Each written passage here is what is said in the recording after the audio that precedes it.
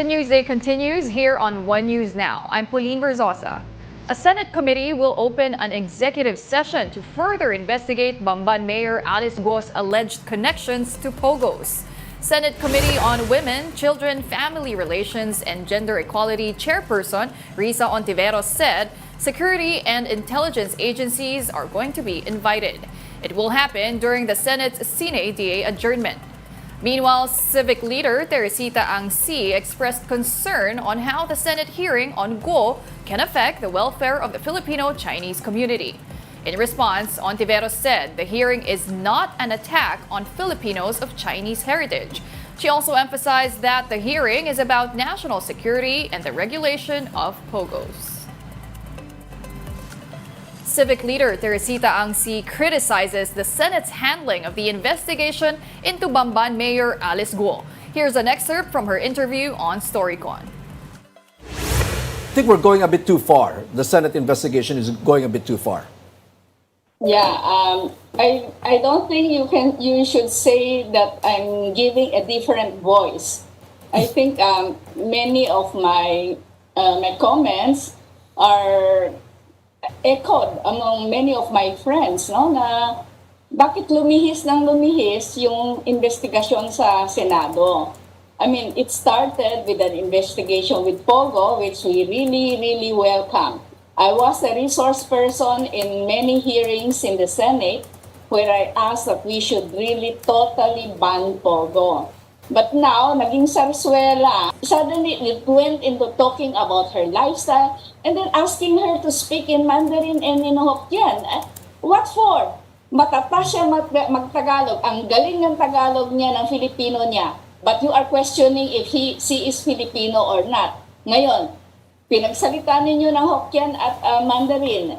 Kung matata siya mag-Hokkien at Mandarin, sasabihin ko, conclude ba ninyo na Chinese siya? Which government agency made the mistake, empowered her to have it easy and have her late registration and everything, no? Bakit hindi doon naka-focus, no? Ang focus ninyo ngayon, eto na nga, yung masalimuot na buhay ni Alice Guo. Etong investigation kay Alice Guo, it comes on the heels of the investigation as well on Chinese students in Cagayan.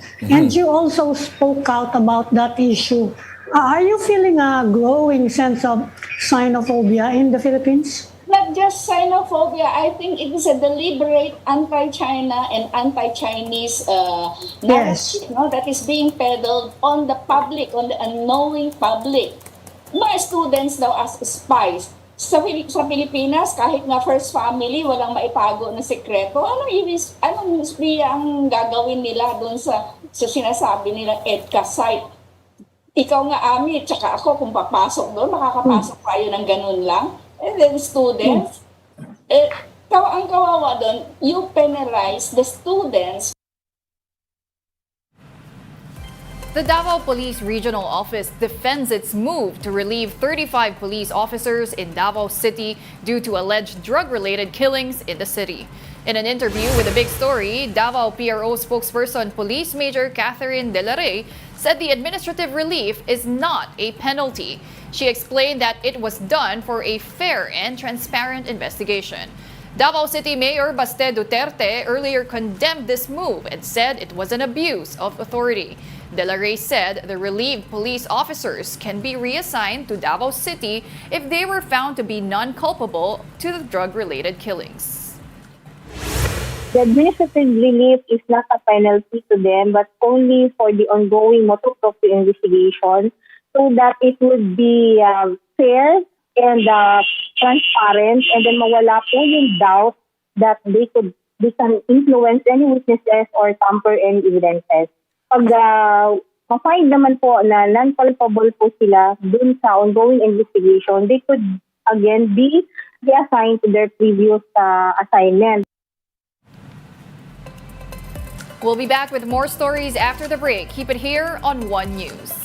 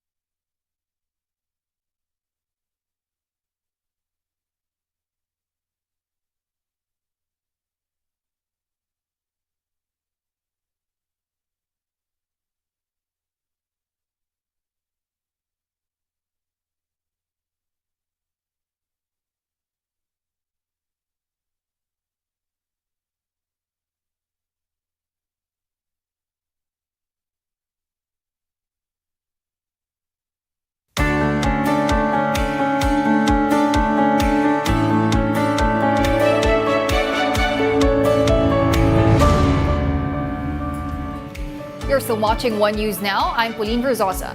Over 2,000 people in Papua New Guinea were buried because of a massive landslide. The landslide occurred on the early hours of Friday in the 6 remote villages in Enga province. Most residents in those villages were asleep when the landslide happened. The country's National Disaster Center believes over 670 residents died from the landslide, but so far, rescuers have only found 5 bodies. 12 people traveling on a Qatar Airways flight from Doha to Ireland were injured due to turbulence. Passengers said the incident lasted less than 20 seconds and occurred during food and drink service. The flight, though, landed safely and as scheduled at Dublin Airport on Sunday.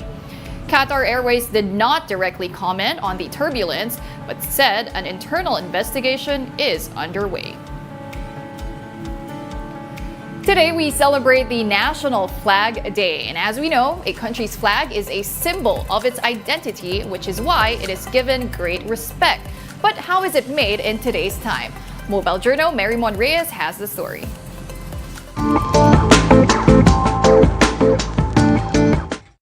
Tuwing Independence Day, isa sa mga sagisag na tinatanghal natin ay ang watawat ng Pilipinas. Pero ano nga ba ang kwento sa likod nito? Matitingkad na kulay pula at asul, mga lubid na pantali at mga kabinet na puno ng tela. Ito ang sumalubong sa atin nang sinilip natin ang isa sa pinakamatagal nang gumagawa ng watawat ng Pilipinas dito sa Santa Cruz, Manila. At dahil National Flag Day din ngayong May 28, mas ramdam nila ang kahalagahan ng pagbibigay respeto sa bansa gamit ang sagisag na ito. May ibang bansa pa tayo na kumukuha o bumibili din dito. Mula Luzon hanggang Mindanao po, meron kaming sinusuplayan dyan. O meron po tayong mga Navy, Coast Guard, PNP po, estudyante, teacher. Sa World Health, dito rin po sila, ang World Health.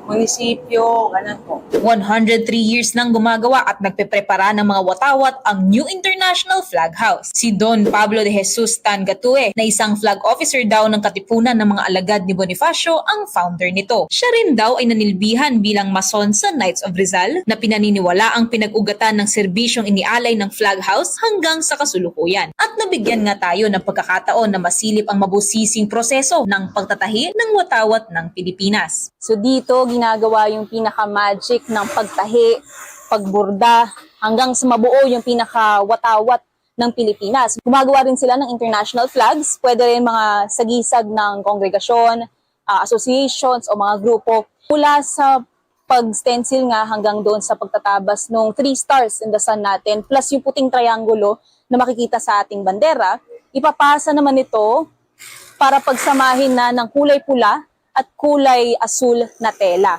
At pagkatapos niyan, doon na natin makikita ang kabuuan ng isang watawat ng Pilipinas. Chika naman ni Ate Erlinda na 3 dekada ng mananahi rito, halos 100 mahigit na ang kanilang ginagawang watawat ngayong taon. 10 silang resident mananahi. Abutin man daw sila ng gabi, ay hindi sila napapagod na gawin ang handcraft na ito. Maramihan kasi po kami. Nauubusan na po kami ng mga stock po sa dami ng customer. By order po yung mga ginagawa na namin.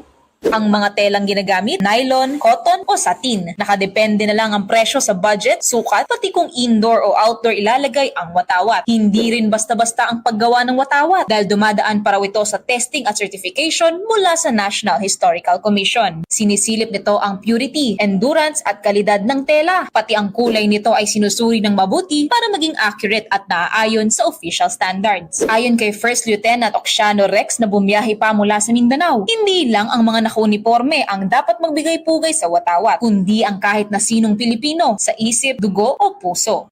It symbolizes all. For what we are now, the Philippines is all, and what we are now, the Army, we are representing. Pag sinabing Pilipino, matik na Philippine flag agad yung kailangan may isip natin. Sa bawat watawat na kanilang ginagawa, isinasapuso raw nila ang ating pagiging Pilipino. Kaya kung mayroong kayong mga watawat ng Pinas sa inyong tahanan, ingatan po ito at pahalagahan. Mobile Journal Mary Mon Reyes po, hatid ang muka ng balita. And those are the top stories of the hour. I'm Pauline Verzosa. We are One News.